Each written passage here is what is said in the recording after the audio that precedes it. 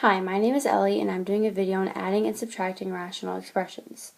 So your first step in adding is to find the least common denominator. In this case, the least common denominator is whichever is in both denominators. So it would be x plus 3 and x. So your least common denominator would be x parentheses x plus 3. After you find the least common denominator, you write it again with both fractions with the LCD in the bottom. So you see here that both fractions have the least common denominator in the denominator. Now, step 2, you have to find the numerator.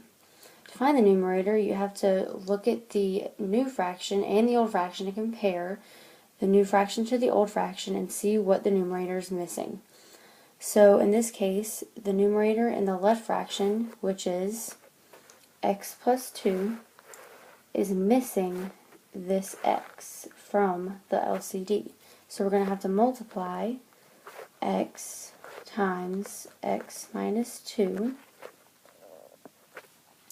And in this fraction, the 4 is missing the x plus 3.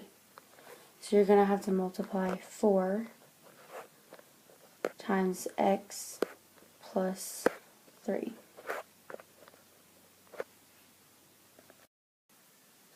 Now that we've found the numerator, you're going to want to combine your fractions. Now when you combine, you want to combine your numerator with your numerator and your denominator with your denominator. So once you do that, you come up with x minus 2 plus 4x plus 3. So you're basically just writing it all in one fraction. And on the bottom, you're just going to have x plus 3 as your least common denominator.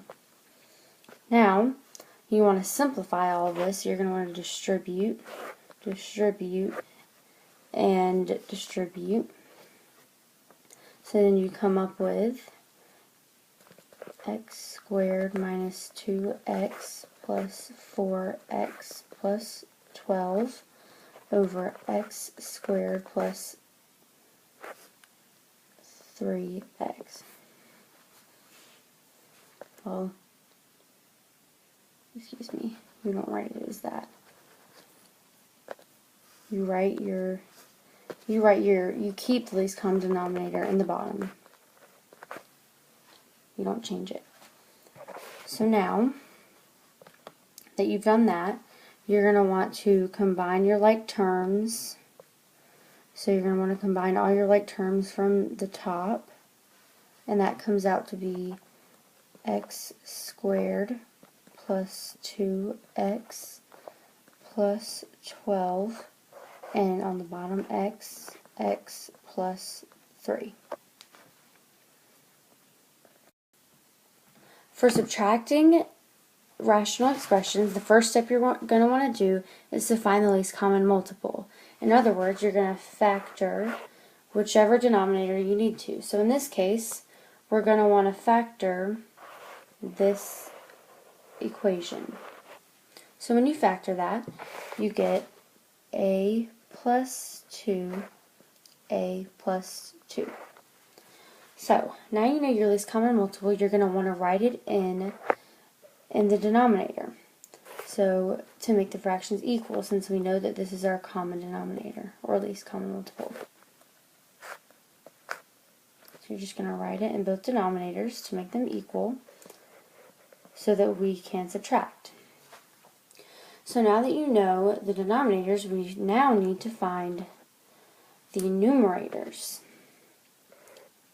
So this is your next step.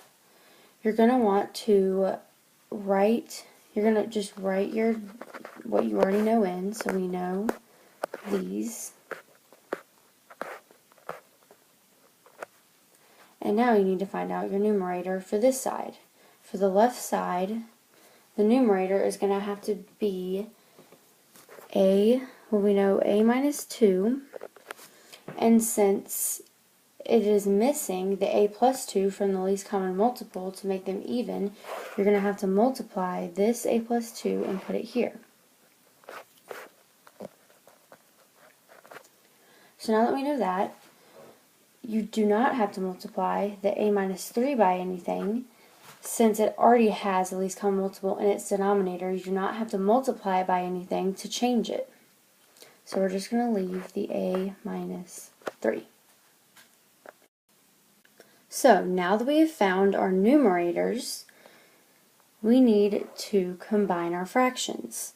So to do that, we're going to FOIL our parentheses, and so when you do that, you get a squared minus 4 minus a plus 3. This answer is after you've already FOILed and combined all your like terms. Now, what you put on the bottom is your least common multiple.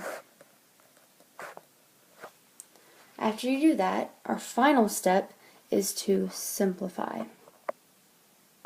To simplify these, you're just going to combine your like terms right here. So that would come up to be a squared minus a minus 1,